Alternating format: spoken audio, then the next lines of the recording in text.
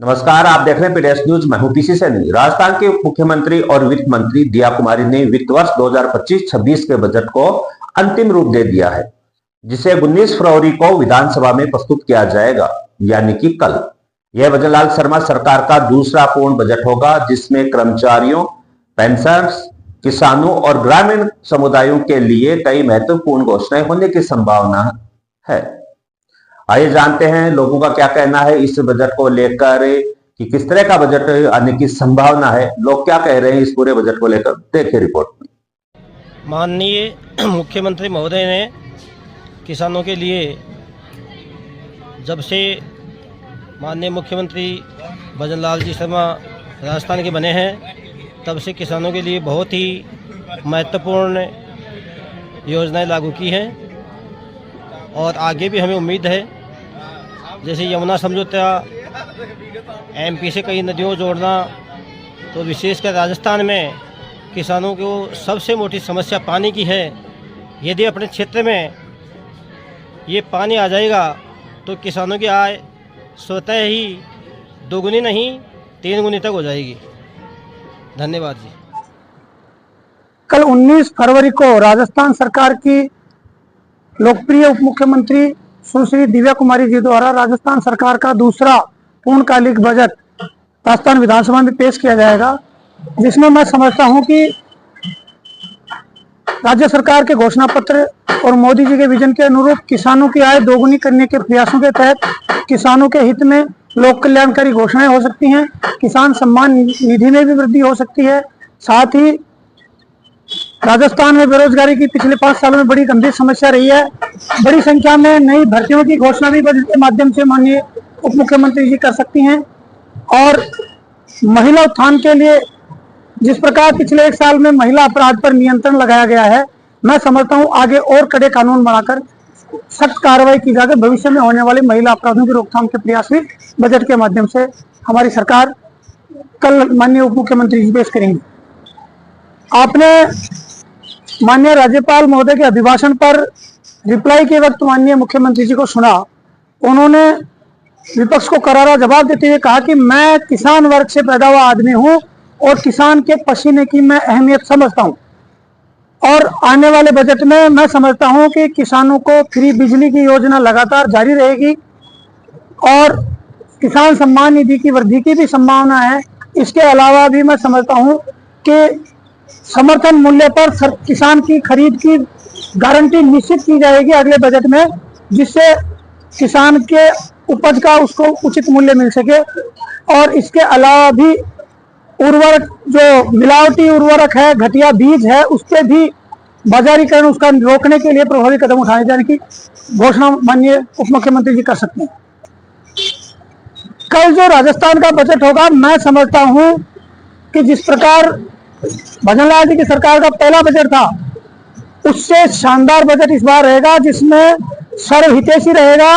बेरोजगारी पे नियंत्रण के प्रयास होंगे, युवाओं को रोजगार के प्रयास होंगे, भर्तियों की घोषणा होगी, किसान, महिला, युवा सभी के हित की जन कल्याणकारी योजनाओं की घोषणा होगी और विकास के बुनियादी ढांचे को साथ सुधारते हुए मोदी जी के विकसित भारत के सपने में विकसित राजस्थान के संकल्प को और आगे बढ़ाने का माननीय भजनलाल जी शर्मा के नेतृत्व में हमारी उप मुख्यमंत्री जी दिया कुमारी जी कल बजट में घोषणा करेंगे। सरकार के 2025 वाले बजट में जो कल पेश हुआ, उससे ये उम्मीद है कि बेरोजगारों और नौजवानों के लिए अच्छी रोजगार का ऑप्शन मिलेगा और इस सरकार के द्वारा जो भी अच्छा होगा, उम्मीद अच्छी से अच्छी है बेरोजगार मजदूर सारे किसानों के प्रति। और विद्यार्थियों के लिए भी उम्मीद अच्छी है इस सरकार से कि अच्छी उम्मीदें पूरी होगी, जनता के बेरोजगारों को फायदा होगा। सरकार का बजट आ रहा है और बजट में किसानों को भी भजनलाल जी की सरकार से बहुत सी आशाएं हैं। पहले भी जो बजट दिया था गई साल, भजनलाल जी सरकार का प्रथम साल का जो बजट था, वो बजट भी इतना शानदार बजट था कि पूर्ववर्ती सरकारें जो भी थी, वो जो अंतिम साल में, अपने कार्यकाल के अंतिम साल में जो बजट लाती थी, ऐसा बजट सम्मान्य ने कई बार अपनी सरकार के प्रथम साल में दिया था।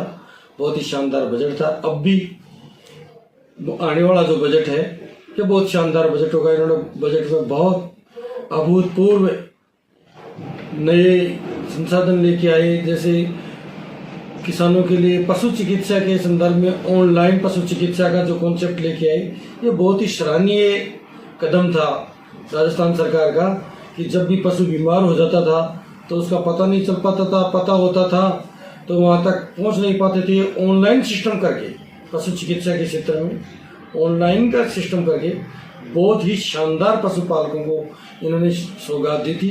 अब भी हमें आशा ही नहीं, पूर्ण विश्वास है कि किसानों को सामाजिक सुरक्षा में और सभी क्षेत्रों में आने वाला जो बजट होगा बहुत शानदार बजट होगा। धन्यवाद। राजस्थान के मुख्यमंत्री भजनलाल शर्मा द्वारा किए जा रहे छात्र हितों के योगदान को कभी भी नहीं भूल सकता। वास्तव में वर्तमान भजनलाल सरकार के द्वारा छात्रों के लिए बहुत शानदार योजनाएं निकाली जा रही हैं। न केवल योजनाएं निकाली जा रही हैं, अपितु उन पर बहुत ज़्यादा क्रियान्वित भी की जा रही है। अगर हम इस परिप्रेक्ष्य में बात करें तो ये भजनलाल सरकार है जिसने 12 महीने के अंदर विद्यार्थियों के लिए जो फैसले लिए हैं वो इस प्रकार से हैं। सबसे पहले पूरे राजस्थान में पिछली सरकार द्वारा जो पेपर लीक प्रकरण हुआ था, उस पेपर लीक को नकेल कसने के लिए इन्होंने SIT का गठन किया और AGTF का गठन किया। ये SIT और AGTF के गठन से वास्तव में नकल पर नकेल कसे जाएगी। फिर जो समान पात्रता परीक्षा के अंतर्गत जो विद्यार्थियों को CET की परीक्षा देनी होती थी, उसको 1 वर्ष निर्धारित था, लेकिन भजनलाल सरकार ने उत्कृष्ट कार्य करते हुए इसकी अवधि को 3 साल का कर दिया। 1 वर्ष से बढ़ाकर इसको 3 वर्ष का कर दिया। 4 वर्ष में करीब 10 लाख बेरोजगारों को, आगामी 4 वर्षों में करीब 10 लाख बेरोजगारों को रोजगार देने का वादा किया है उन्होंने। राजस्थान में जो भी छात्र छात्रा हैं, चाहे वो SC के हों, ST के हों, OBC के हों या जनरल कैटेगरी में हों, उन सभी को जो पात्र होंगे उनको करीब हर महीने 1,000 रुपये प्रति माह देने की घोषणा इन्होंने की है। 1,25,000 छात्राओं को इस साल साइकिल वितरण की जाएगी और करीब 21,000 बालिकाओं को स्कूटी वितरण करने की घोषणा है। और सबसे बड़ी जो योजना है वो है लाडो प्रोत्साहन योजना। लाडो प्रोत्साहन योजना के अंतर्गत सरकार की नहीं, सरकारी स्कूल में पढ़ने वाली नहीं, बल्कि प्राइवेट स्कूल में, निजी संस्थाओं में पढ़ने वाली छात्राओं को भी इस योजना का लाभ मिलेगा।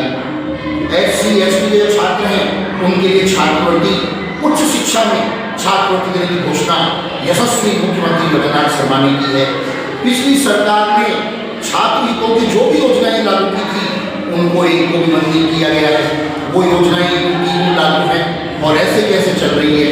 इसलिए राजस्थान के सतत संकल्प और विकास को लेकर जो भजनलाल सरकार कर रही है वाकई में अतुलनीय है, सराहनीय है, प्रशंसनीय है और ऐसी सरकार राजस्थान की कायाकल्प कर देगी, ऐसा आशा नहीं है तो विश्वास है। धन्यवाद।